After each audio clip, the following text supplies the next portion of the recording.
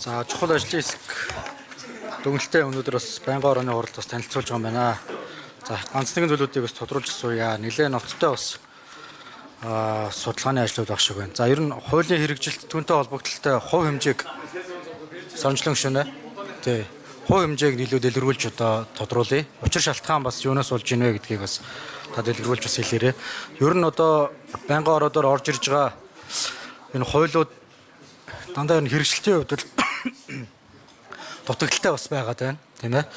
Тэгээд үүнтэй холбогдлолтой бас илүү одоо хяналт шалгалтыг сайжруулах чиглэлийн зохицуултыг зохицоор нь авч хэрэгжүүлэх зайлшгүй шаардлага байна гэдгийг бас онцлоод бас хэлье.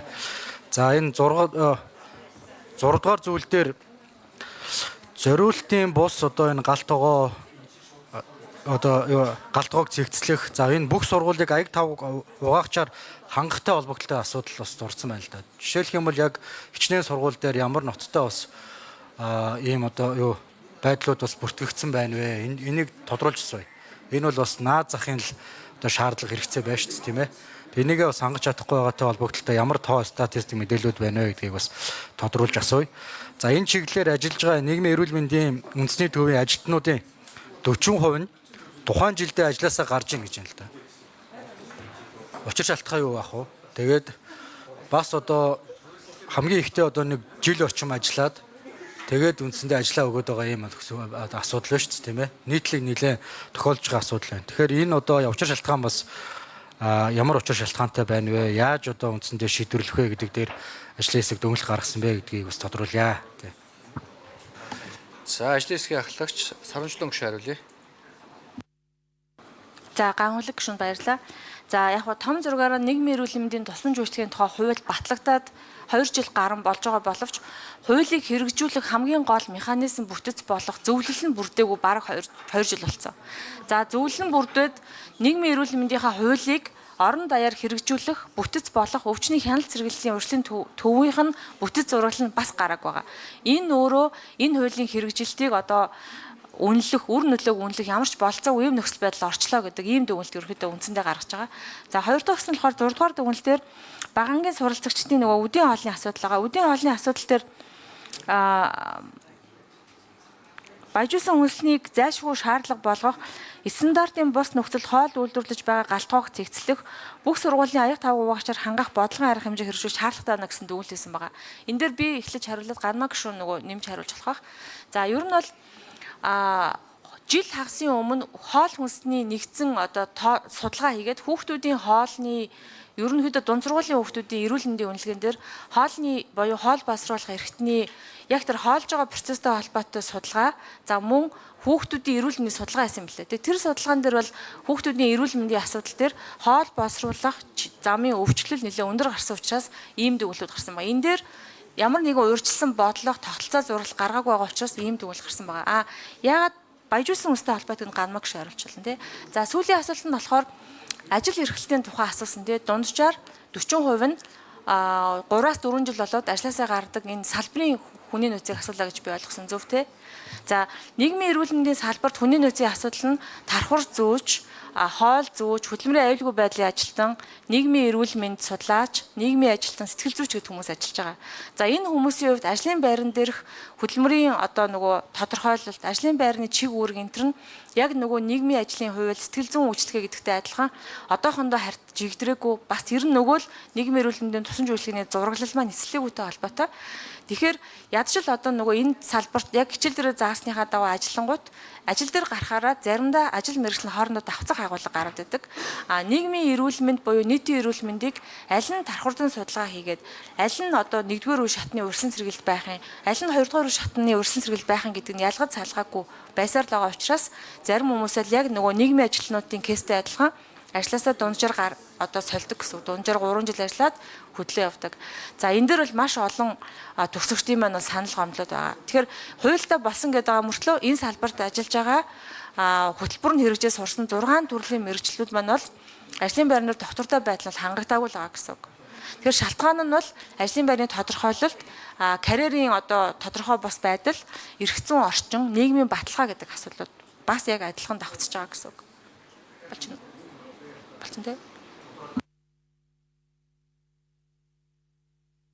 Тодорхой.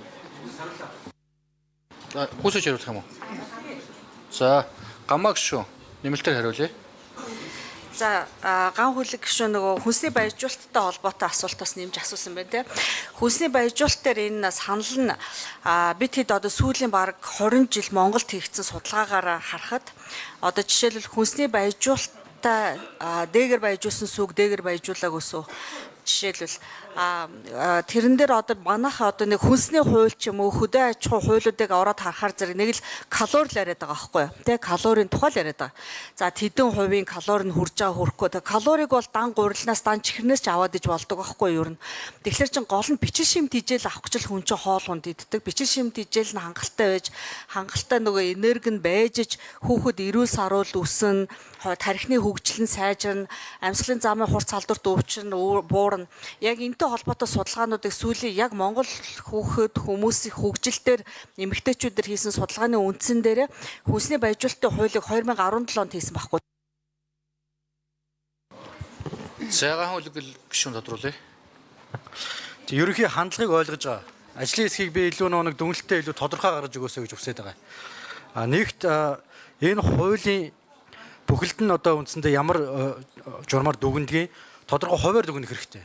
Хэрэгжээгүйг үл хичнээн хувь гэж үзэж байгаа юм байна. Ерөнхийдөө бол хэрэгжээгүй гэдэг ийм дүгнэлт гаргах нь бас зөв буруу юу гэдэг дээрээ таад маань анхаарлаа хандуулад хэрэгжээгүй бол 10 бол 10%, 20 бол 20% гэдгээр нь бол гаргаж өгөх нь зөв бахаа гэж бодож байгаа.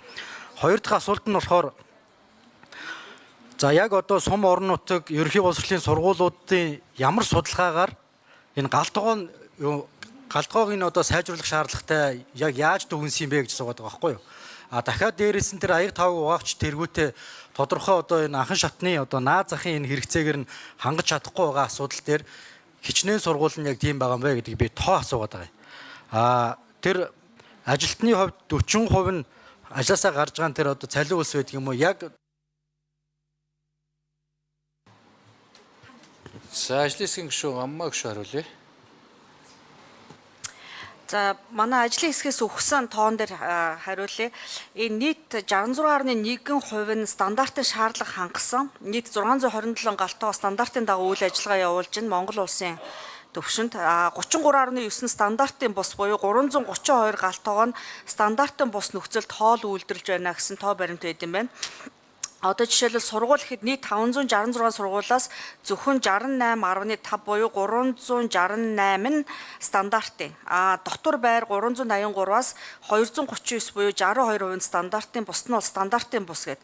Ер нь энэтэй холбоотой нэг стандартын ажлын хэсэгт бас ажиллаж байхад дотор байрууд, хот хөдөөгийн сургуулиудаар явж энэ тоо баримтыг нэгтгэсэн байдлаар дүгнжсэн. Тухайн үед гаргасан тооцоо.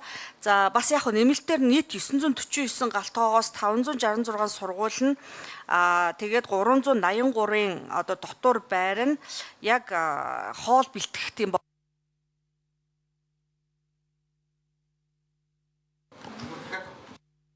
За, хаан хүлэг гишүүн тодруулъя.